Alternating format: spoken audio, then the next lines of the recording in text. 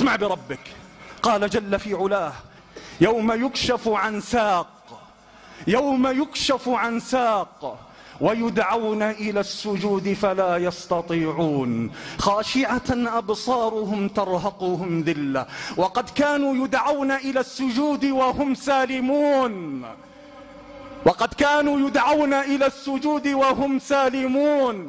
يكشف ربنا عن ساقه جل في علاه في أرض المحشر فيسجد له من كان يسجد في الدنيا. وأما المنافقون الذين كانوا لا يسجدون في الدنيا فلا يسجدون، تصبح ظهورهم يابسة، تصبح ظهورهم يابسة. لماذا؟ وقد كانوا يدعون إلى السجود وهم سالمون.